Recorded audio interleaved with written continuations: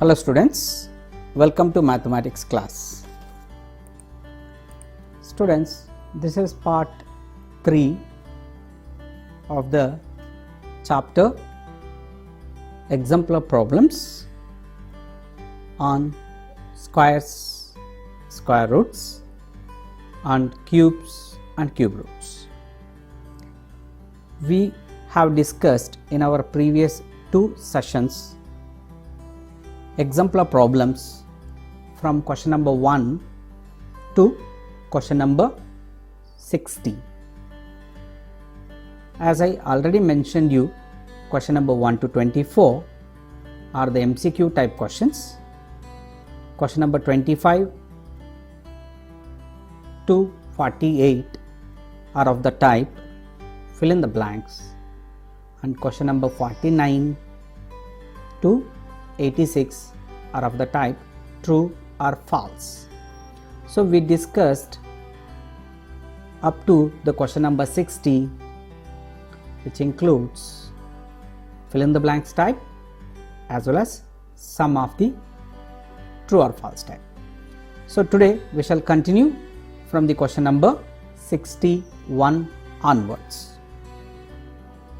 So students, here you can pause the screen and note down the questions,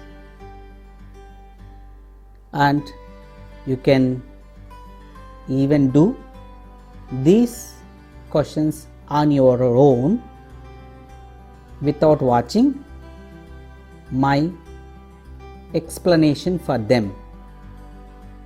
Later, if you check your answers whether they are right or wrong, during that time you can go for watching discussion to ensure your answers whether they are correct or wrong. Since I will be explaining you with some examples, and I will be giving you reasons or a rationale for the saying any statement as a true or false.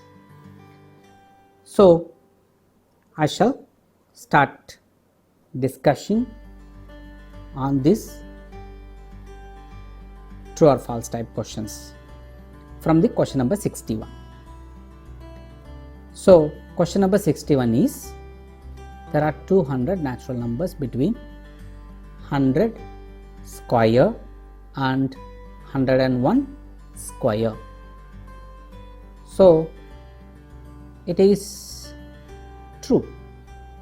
Why it is true?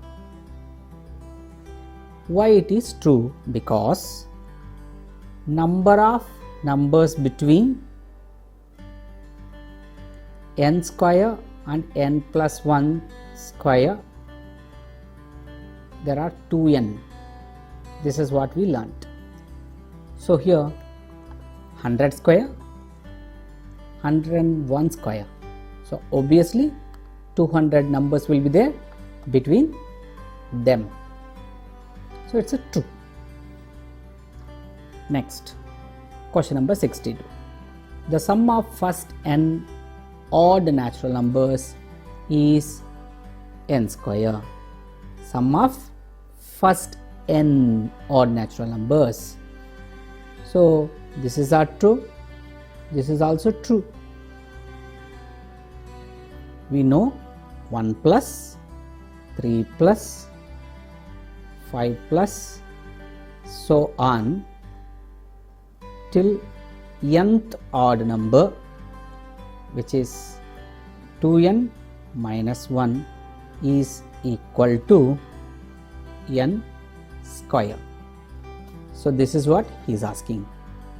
This is nth odd number. So sum of first n odd natural numbers is n square.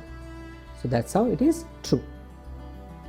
Next, question number 63. 1000 is a perfect square. So it's false. It's a perfect cube, not the perfect square. You know how to reason out also.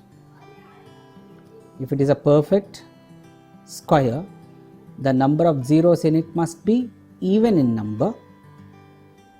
First thing, since it is odd, number of zeros are there in the end of this number, obviously we say straight away it is not a perfect square. And moreover, if you do prime factorization also, you will get 5 multiplied by itself for 3 times and 2 multiplied by itself for 3 times, whereas you will have only prime factor 5 being in ones as a pair and prime factor 2 being ones in as a pair, and having prime factor 5 missing and 2 also prime factor missing its pair for the second time. So that's how also you can reason it out. Coming to the question number 64, a perfect square can have 8 as its units digit. So you know, no perfect square ends in 2, 3, 7 or 8. So he says it can, so it's false. Next, coming to the question number 65. For every natural number m, these 3, that is 2m minus 1, 2m square minus 2m, 2m square minus 2m plus 1, these 3 give Pythagorean triplet, that is he saying. But actually we know that m square minus 1, 2m, m square plus 1 gives a Pythagorean triplet, not this such. You can cross check by taking any value for m. So it's a false. Next, question number 66. All numbers of a Pythagorean triplet are odd. So it's false again. Why it is false?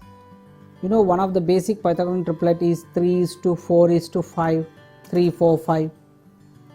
4 is an even number.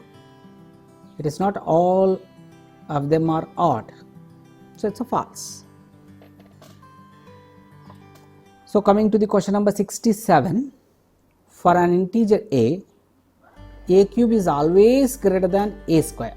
See, a cube is always greater than a square, he says. So I say this is again false.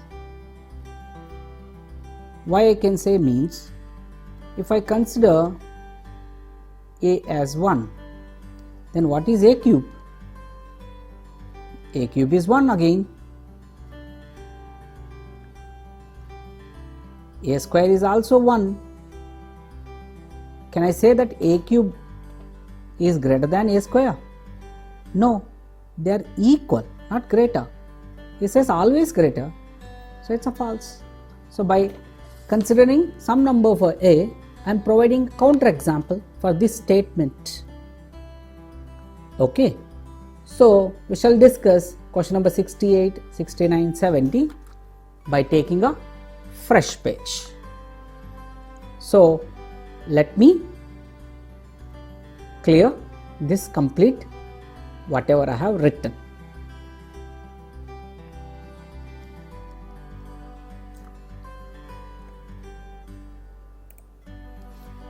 So coming to the question number 68, here he is considering two numbers which are integers such that x square greater than y square, and he says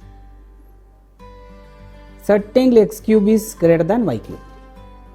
So for any two integers x and y, when x square is greater than y square, then x cube is greater than y cube. That is what he says. Now let us take some example. I am taking x as minus 2 where y as 1. So this is my assumption. Therefore x square becomes 4, y square becomes 1. Then x cube becomes minus 8, whereas y cube is still remains 1. Now can you tell x square greater than y square? Yes, it is satisfied. Now what about x cube greater than y cube? Is happening here? Here x cube is less than y cube, because x cube is negative number and y cube is a positive number. Every negative number is a less than positive number. So I say this is again false. So you need to reason out with some examples. When you are saying false or true, how that statement check for some numbers to convince yourself. So let us take next question number 69. Let x and y be natural numbers. X divides y, then x cube divides y cube. So what do you say? Suppose he says x is divisible by y. That means when I cancel x and y, I'll get proper natural number as a quotient, or as a whole number as a quotient. For example, if I take x as 15, y as 3, so it gives me 5. Now he is saying you x cube is divisible by y cube. Is it true or not? That we have to discuss. Suppose if I have x cube, then I can write it as x into x into x. Similarly, y cube can be written as y into y into y, whereas I am writing with the numbers. So you know that this is cancelled, and these can be cancelled, and this can be cancelled, and obviously we get it is 5 cube, which is again a whole number. It gives x upon y whole cube, correct? So since x divisible by y, x cube is also divisible by y cube, because it is giving whole number. So for this statement 69, I say true. Okay, now let us go to the question number 70. If a square ends in 5, then a cube ends in 25.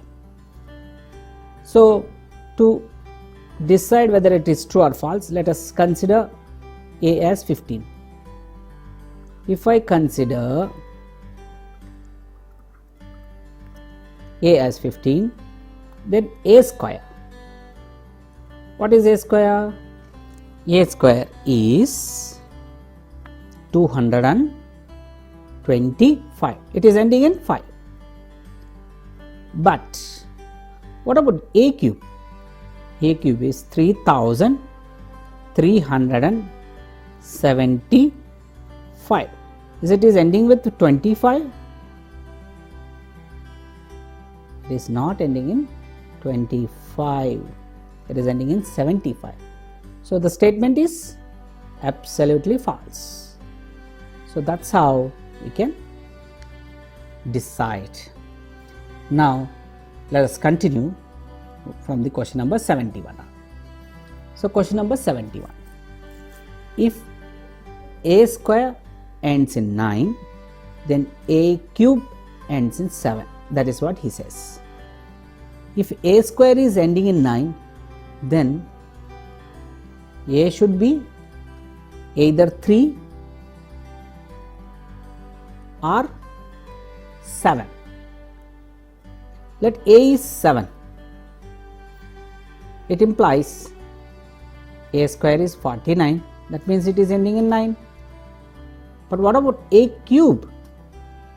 A cube is 343. Is ending in 7? No. So it's again false. Next, question number 72. The square root of a perfect square of n digits will have n plus 1 by 2 digits if n is odd. This is one of the important property which we have learnt, and it is absolutely true. It's a true. You can check. Square root of a perfect square, let's say 121, it has got 3 digits, and square root of it is 11, it has got 2 digits. So 3 plus 1 by 2 gives 2 digits. You can cross check like this for various examples. Next, question number 73. Square root of a number x is denoted by root x. It is true, correct. This is how we show in a radical form. What is the exponential form of root x? It is x to the power 1 upon 2. Okay, then coming to the question number 74. A number having 7 at its ones place will have 3 at its units place of its square.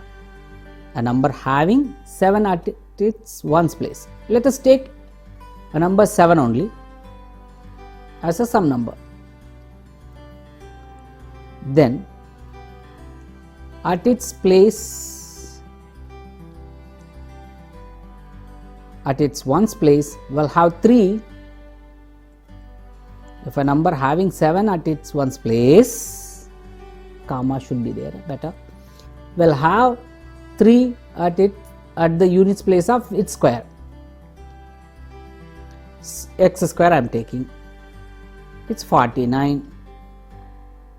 Is there a 3 in the units place of that x square?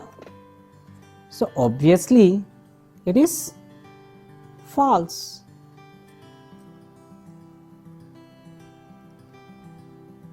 Okay, so you can cross check like this. Now continuing further, question number 75. A number having 7 at its ones place will have 3 at